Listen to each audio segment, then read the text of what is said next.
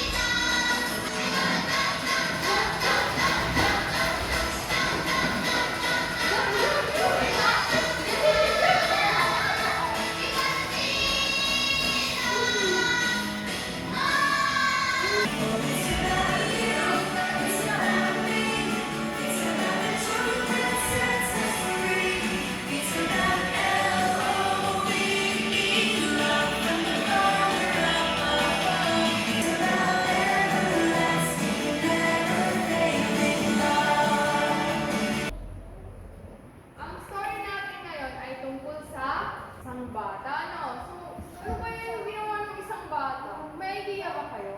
So, ang title ng story natin ngayon ay The Big Picnic. So, sino na nakatry mag-picnic? Kasama sila mama, papa, mga friends. Kuya, anong kinain yung picnic niyo? Syria. Saan kayo nag-picnic? Sa school. Sabi dito, it was getting late. A big crowd of people had listened to Jesus all day. Now, everyone was tired and hungry. So, meron daw maraming tao na nakinig kay God. Pero, masyado na daw late kasi buong araw silang nakinig. So, sila ay pagod na at nagugutom. So, there's nothing here for them to eat, said Jesus. Special friends. They were out in the fields in a lonely place.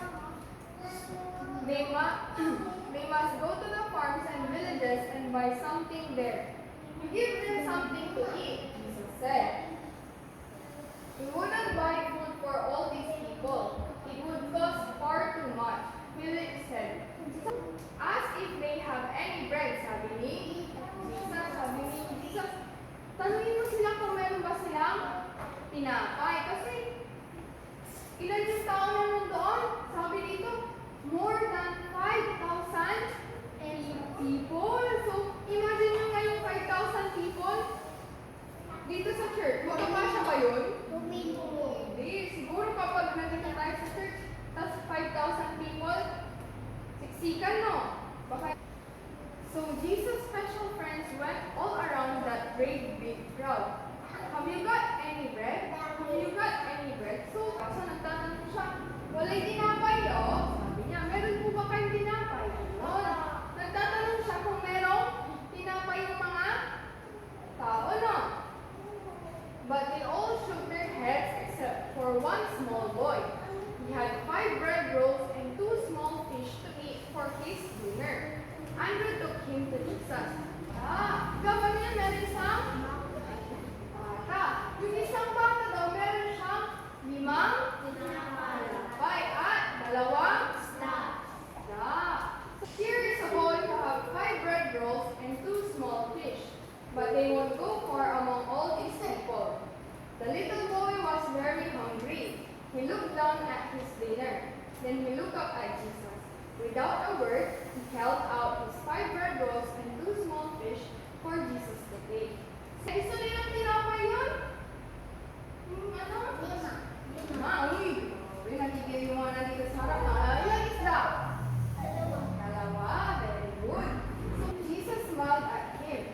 The little boy felt so happy. He had done the right thing. Jesus always said, thank you to God for his food. So now he thanked God for the little boy's dinner. After that, he shared it with all the people. First the bread and then the fish. The little boy couldn't believe his eyes. Every one of those people got a share. Not just a crumb, but plenty of dinner for them all. Not just enough, but lots of leftover. Jesus' special friends filled 12 baskets with leftovers. Everyone needs bread to eat, Jesus said, but you need me even more.